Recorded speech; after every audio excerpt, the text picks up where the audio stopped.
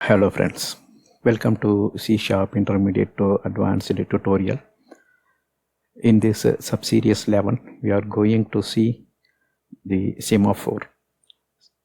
So using semaphore, we can limit number of threads that can access the resource.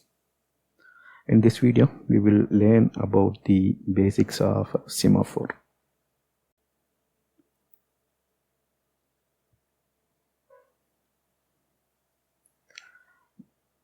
A semaphore controls how many threads at a time can access the resource.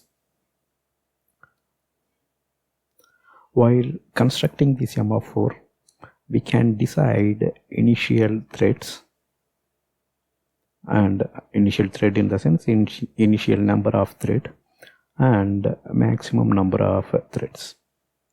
Say for example, if we specify initial number of thread as 4 and maximum number of threads as 10, then initially there will be 4 thread that's inside the semaphore, and it can reach a maximum of 10. When we make a call to wait 1, the semaphore object keeps track of the count. So that means if count is 10, for example, whenever a thread is accessing the resource by making call to wait 1, it will make an increment and it keeps track of how many thread is currently accessing the resource.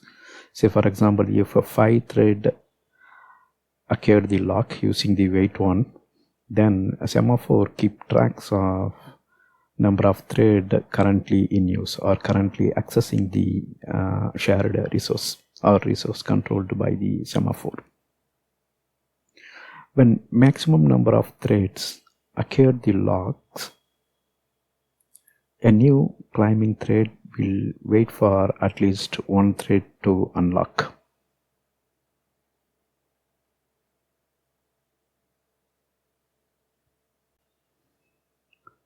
Let's say we have a semaphore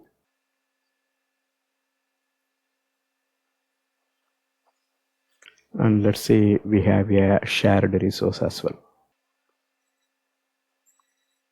Let's assume this is a list and it's a shared resource. We will assume that we set a limit of 4 thread. So this means, let's state that there are n number of thread trying to access the resource.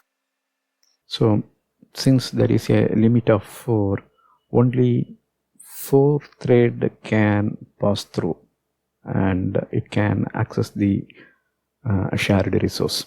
So let's say these 3 plus 3, 6 threads are waiting.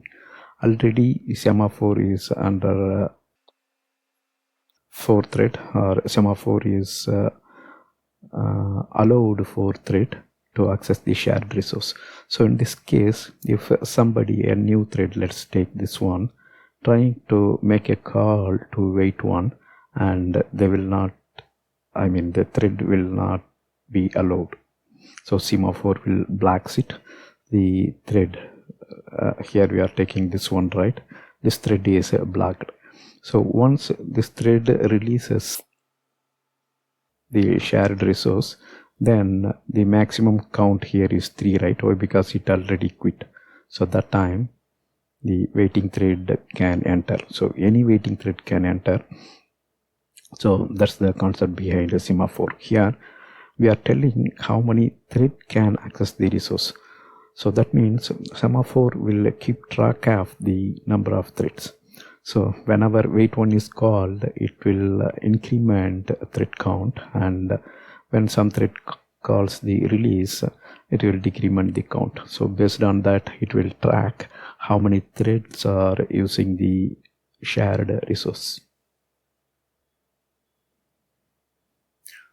So as already told, release method will decrement the semaphore count The release method can also take an integer to say how many times a semaphore needs to be released. So that's all here in this video. There is no demo in here. Thank you for watching. Bye.